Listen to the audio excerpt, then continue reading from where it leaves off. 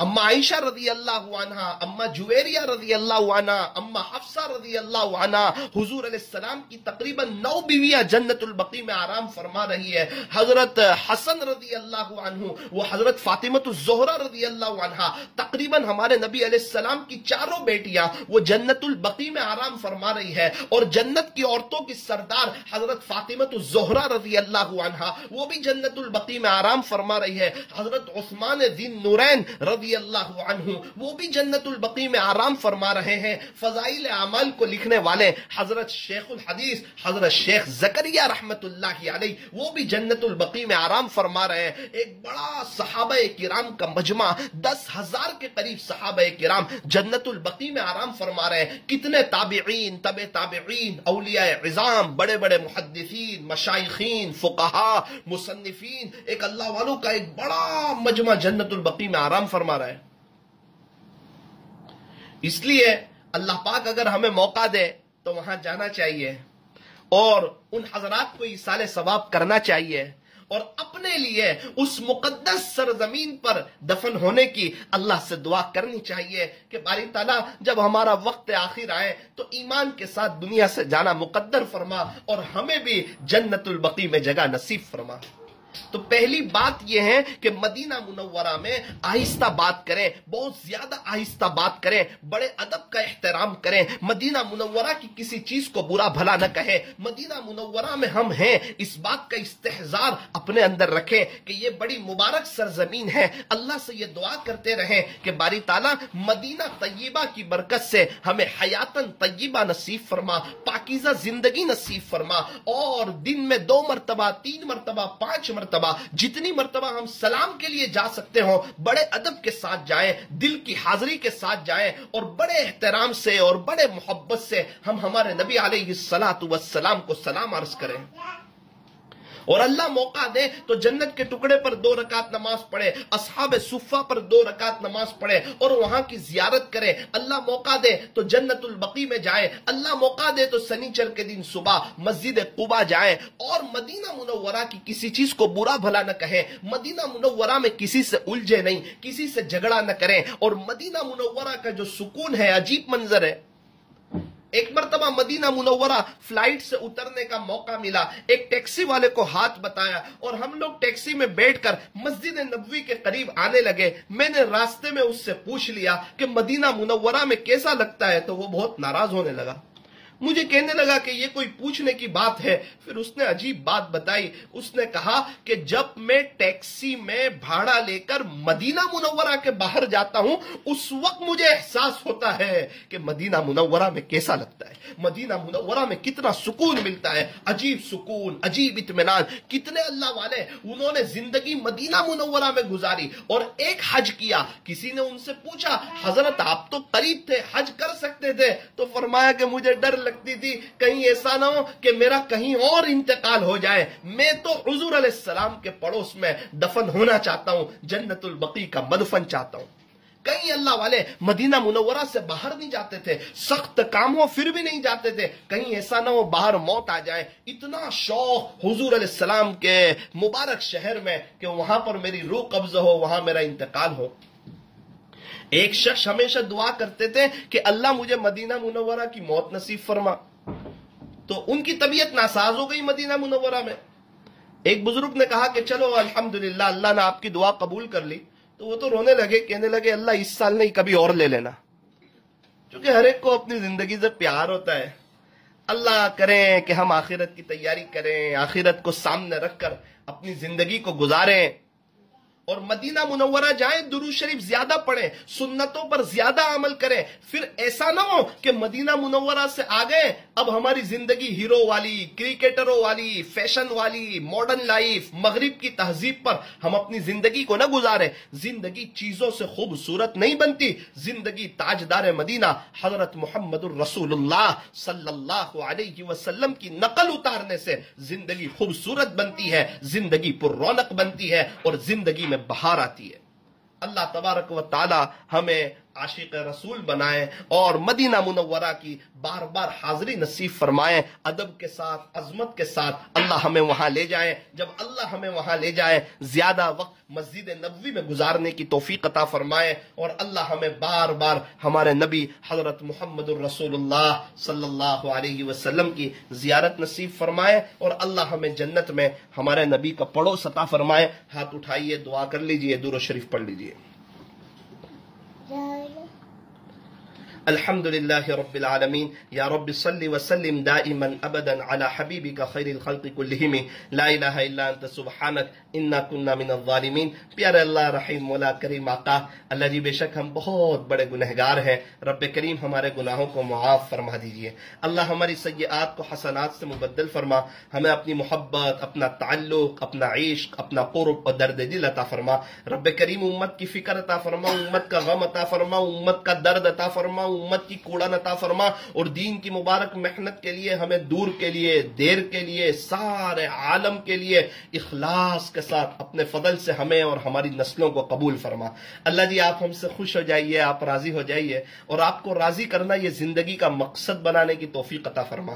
پیارے اللہ ہمیں ایسا بنا دیجئے کہ ہم آپ کو پسند آ جائیں، ہم سے کوئی ایسا کام لے لیجئے جو آپ کو پسند آ جائے، ہم سے کوئی ایسا کام لے لیجئے جس کا فیض قیامت تک جاری و ساری رہے۔ رب کریم ایمان کامل نصیب فرمائیے، یقین کے بگاڑ کو ختم فرمائیے، صرف اور صرف آپ سے ہونے کا یقین یہ دل میں بٹھا دیجئے، بڑھتا ہوا ایمان عطا فرما، نیک اعمال کی توفیق نصیب فرما، رب کریم اچھی طرح نمازیں پڑھنے کی توفیق عطا فرما، علم نافع عطا فرما، ہر وقت آپ کی یاد میں رہنے کی، معمولات کی پابندی کرنے کی، مسنون دعاؤں کا اہتمام کرنے کی، قرآن شریف کی تلاوت کرنے کی توفیق عطا فرما، رب کریم اچھے اخلاق نصیب فرما، اخلاق حسنہ کی دولت سے مالا مال فرما، اخلاق رذیلہ سے ہماری حفاظت فرما، اخلاص نصیب فرما، رب کریم اخلاص نصیب فرما، اخلاص آپ کے خزانے میں ہے، آپ جس کو چاہتے ہیں اس کو نصیب فرما دیتے ہیں، رب کریم یہ ہمیں نصیب فرما دیجئے۔ آپ ہمیں دیکھ رہے ہیں، آپ ہی سب سے بڑے ہیں، ہمیں ہر نیک عمل صرف اور صرف آپ کی رضا کے لیے کرنے کی توفیق عطا فرما، آپ کے راستے میں وقت لگاتے رہنے کی توفیق عطا فرما، لایانی چیزوں سے بچنے کی توفیق عطا فرما۔ اے اللہ ہمیں اپنے فضل سے بار بار مکہ مکرمہ اور مدینہ منورہ کی مقبول حاضری نصیب فرما، ہر سال حج بیت اللہ کی توفیق عطا فرما، رب کریم ہر سال عمرے کی توفیق عطا فرما، بار بار اپنے خزانہ غیب سے، اپنے فضل سے، اپنے خزانے سے اے اللہ آپ ہمیں وہاں بلا لیجئے، لیکن اللہ جی جب بھی بلائیں ادب کے ساتھ بلائیے، عظمت کے ساتھ بلائیے، احترام کے ساتھ بلائیے اور قدردانی کے ساتھ بلائیے۔ اللہ جب ہم وہاں پر آئے ہمارا زیادہ وقت بازار میں نہ گزرے، اس سے فیصلے فرما، زیادہ وقت ہمارا کمرے میں، سونے میں، کھانے پینے میں، دنیا کی بات چیت میں، آرام میں ہمارا نہ گزرے، ایسے فیصلے فرما۔ اللہ جی آج تک تو بہت غفلت ہوئی، معاف فرما دیجئے، اب ہمارا زیادہ وقت حرمین شریفین میں گزرے، ہم زیادہ وقت کو وصول کریں، ہم زیادہ سے زیادہ آپ کا قرآن پڑھیں، زیادہ سے زیادہ طواف کریں، زیادہ سے زیادہ درود شریف پڑھیں، اے اللہ ایسے فیصلے فرما، بار بار اللہ ہمیں وہاں کی مقبول حاضری نصیب فرما۔ رب کریم حج کے سفر میں، عمرے کے سفر میں، اور ہمارے بڑوں نے آپ سے جو بھلائی اور خیر مانگی ہو ہمیں اور پوری امت کو عطا فرما، جن شرور اور فتن سے پناہ چاہیے ہو اس سے ہماری اور پوری امت کی حفاظت فرما۔ آج کی مجلس کو اپنی بارگاہ میں قبول فرما کر ہمارے لیے وہاں کی بار بار حاضری مقدر فرما، آج کی مجلس کو اپنی بارگاہ میں قبول فرما کر ہمارے لیے آخرت میں نجات کا ذریعہ فرما، کہنے سننے میں کچھ کمی زیادتی غلطی ہو گئی ہو اپنے فضل سے معاف فرما، جو بھی پریشان حال ہو سب کی پریشانی کو دور فرما، ہم میں سے ہر ایک کی جائز تمناؤں کو، نیک مرادوں کو پورا فرما۔ اللہ جی ہم تمام کو نیک بنا دیجئے، ایک بنا دیجئے، اچھا انسان بنا دیجئے، اچھا مسلمان بنا دیجئے، جو ایمان والے دنیا سے چلے گئے ان کی قبروں کو نور سے منور فرما، ہر فرد بشر، ہر فرد جن کو اور ان کی قیامت تک کی آنے والی نسلوں کو اپنے خزانہ غیب سے ایمان عطا فرما۔ اے اللہ ایک بڑا طبقہ اعتکاف میں بیٹھنے والا ہے، اے اللہ ان کے بیٹھنے کو قبول فرما، ان کو ہمت عطا فرما، طاقت عطا فرما، ان کی پریشانیوں کو دور فرما، ان کے سارے مسائل کو حل فرما، ان کے مسائل کو اللہ غیب سے حل فرما دیجئے، ان کی مدد فرمائیے، اور اللہ ان کی دعاؤں میں ہمارا حصہ مقدر فرما۔ صلی اللہ تعالی علی خیر خلقہ محمد وآلہ واصحابہ اجمعین برحمتک یا ارحم الراحمین۔